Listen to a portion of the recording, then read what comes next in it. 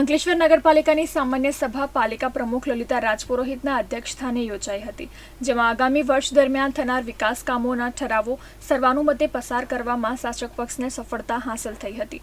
0 hours દરમિયાન વિપક્ષી સભ્યો રફીક ઝઘડિયાવાલા તેમજ જહાંગીર ખાન પઠાણે આઇકોનિક રોડના નિર્માણ કાર્યમાં થયેલી ગેરરીતિ તેમજ ઇજારેદાર દ્વારા કામમાં વેટ ઉતારી હોય તેના ફાઇનલ બિલના ચૂકવણા ઉપર રોક લગાવવાની માંગ જોરશોરથી ઉઠાવી હતી। આ ઉપરાંત વિવિધ વોર્ડમાં થઈ રહેલા રોડ રસ્તા બ્લોક તેમજ ડ્રેનેજના કામોમાં થતા વિલંબ તેમજ ગુણવત્તા અંગે પણ વિપક્ષના સભ્યોએ પ્રશ્નાર્થો ખડા કર્યા હતા અને શાસક પક્ષને ઘેરવાની કોશિશ કરી હતી। તો તાજેતરમાં ખૂબ ચગેલા શૌચાલય કૌભાંડ અંગે પણ વિપક્ષે ઊંધો બોલ નાખી શાસક પક્ષના સભ્યો પોતાના જ પક્ષના એક સમયના નગરસેવક માથે દોષનો ટોપલો નાખવાની કોશિશ કરી રહ્યા હોવાનું જણાવી આ કૌભાંડમાં સંડોવાયેલા તમામ સામે કાયદેસરની તપાસ થાય તેવી માંગ કરી હતી। અંકલેશ્વર નગરપાલિકા ખાતે આજે જનરલ બોર્ડનું આયોજન થયું હતું। એ જનરલ બોર્ડની અંદરમાં 1 થી 32 સુધીના કામો હતા। એ કામોની અંદરમાં ચર્ચા વિચારણા ચાલી, નોકઝોક થઈ અમારી જે બાબતની અંદરમાં કે જે આઇકોનિક રોડ છે સ્ટેશનથી લઈ અને 3 રસ્તા સુધીની અંદરમાં જે ખાઈગી થઈ છે તે બાબતમાં ચર્ચા થઈ। અંકલેશ્વર નગરપાલિકાનું જે ફર્નિચર બનાવવામાં આવ્યું છે તે હમણાં હાલ તમે પણ જોઈ શકો છો, બિલકુલ હાવ દુશ્મન હાલતમાં થઈ ગયું છે। તે 1 કરોડ ને 10 લાખ રૂપિયા, બીજા આ ભલે 1 કરોડ ને 10 લાખ બતાવે છે, 1 કરોડ ને 75 લાખ રૂપિયા જેવું બતાવવા રકમ એની અંદર વપરાયેલી છે।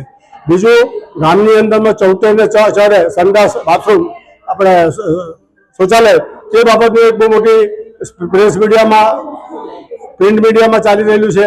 તેના બાબત માટે અમે ખુલાસા પૂછ્યા તો તેની અંદરમાં અમારે કહેવાનું એક જ હતું કે ખરેખર શૌચાલયની અંદરમાં ભ્રષ્ટાચાર થયું છે, એમાં બે મત નથી। કોઈ નાનામાં નાનો અનપઢ માણસ બી જોઈ લે તે પોતે કહી શકે કે ભાઈ આની અંદરમાં ભ્રષ્ટાચાર થયું છે, પણ એમનું ટાર્ગેટ અંકલેશ્વરના જે માજી સભ્ય છે તેનામાં ટાર્ગેટ કરવાની કોશિશ કરેલી।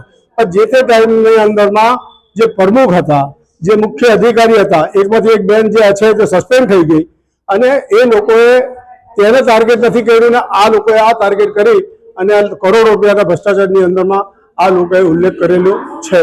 આ ઉપરાંત આ સામાન્ય સભામાં ડ્રેનેજ, પાણી, રોડ રસ્તા ઉપરાંત શાળા, ફાયર વિભાગના અમુક કામો તેમજ સ્વચ્છતા અંગે ખાનગી એજન્સીને કચરો ઉઠાવવાના કરાર સંબંધે ઠરાવોને બહાલી આપવામાં આવી હતી। આજ રોજ અંકલેશ્વર નગરપાલિકા સભાખંડમાં બોર્ડ મીટિંગ મળી હતી। એમાં એજન્ડા પર 100 જેટલા કામો લેવામાં આવ્યા। તમામ કામો વધુ મતે તેમજ સર્વાનુમતે મંજૂર કરવામાં આવ્યા છે અને આમાં 30 કરોડની ગ્રાન્ટ 30 કરોડ જેટલી ગ્રાન્ટ મળી છે। એમાં સરકારના હેડ નક્કી કરેલ છે એ પ્રમાણે એનું આયોજન કરીશ અને મુખ્ય રસ્તા અને વિવિધ વિસ્તારમાં બ્લોક અને આરસીસીના વિકાસના કામો લેવામાં આવ્યા છે।